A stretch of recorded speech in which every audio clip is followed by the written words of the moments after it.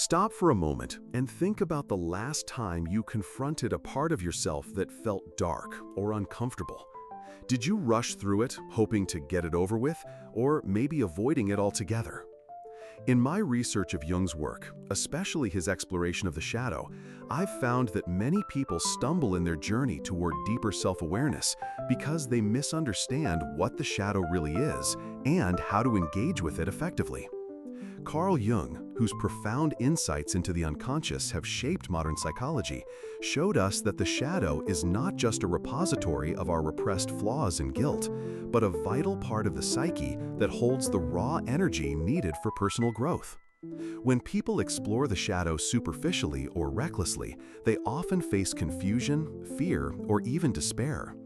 Let me explain why this matters deeply and what mistakes to avoid so you can embark on this journey with greater clarity and compassion for yourself.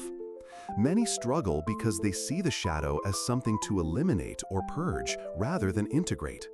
Jung consistently emphasized that the shadow is not an enemy, but a hidden part of ourselves yearning to be acknowledged. People often rush into shadow work looking for quick fixes, failing to understand that the process requires patience, humility, and a willingness to embrace uncomfortable truths about oneself. Another common mistake is approaching the shadow alone without sufficient support or guidance. Jung developed his ideas through years of rich clinical experience and valued the safe container provided by therapeutic relationships for navigating unconscious material. People diving into shadow work via books or workshops without grounding can inadvertently reinforce negative patterns or trigger inner conflicts that feel overwhelming.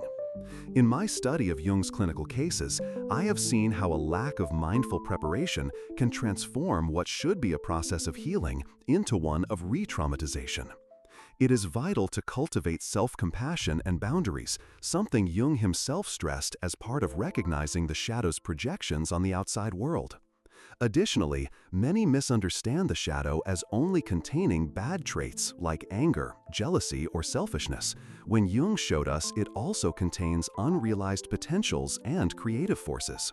This mistake limits the transformative power of shadow work and narrows the lens through which we view ourselves. For instance, Jung's patient accounts revealed how recognizing these positive but unconscious parts could unlock new vitality and authenticity that was previously suppressed. One of the most surprising revelations from Jung's research is that the shadow often projects onto others, which means that what we despise in others can reflect disowned aspects of our own psyche. Failing to recognize this projection cycle leads to judgment and conflict rather than self-understanding. Putting yourself in this situation Jung described, where you blame or react strongly to others without seeing your shadow in them, is a key step to breaking free from repetitive interpersonal difficulties. Another vital point I uncovered is the risk of intellectualizing shadow work without genuine emotional engagement. Jung warned against treating the shadow as a mere concept to analyze detachedly. Instead, the shadow demands an honest confrontation that touches the heart and stirs the soul. Many researchers and practitioners today echo this because transformation happens in the felt experience of integration, not just in mental recognition.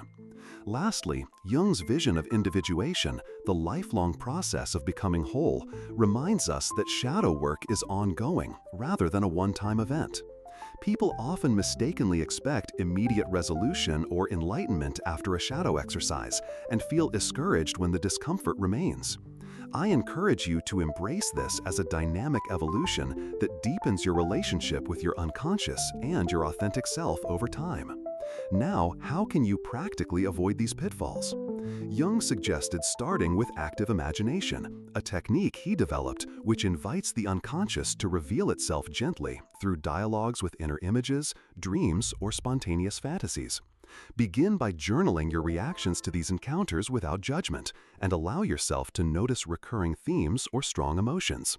Next, seek trustworthy support, a therapist trained in Jungian methods, or a community that encourages honest and reflective sharing to help you hold and interpret complex material.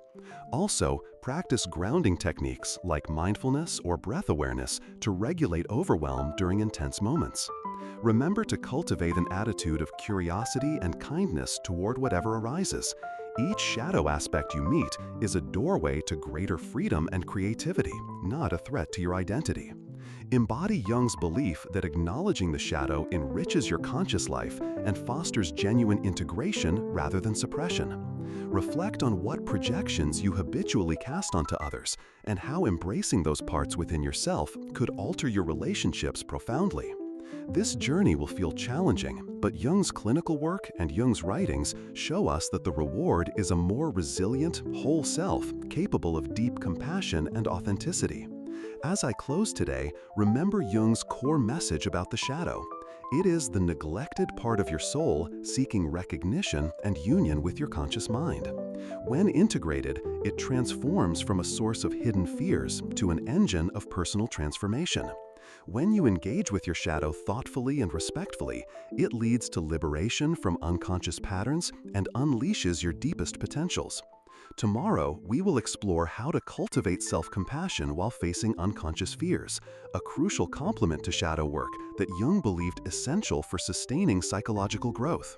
This next step builds directly on today's insights, since embracing the shadow without compassion can paradoxically deepen our inner conflicts.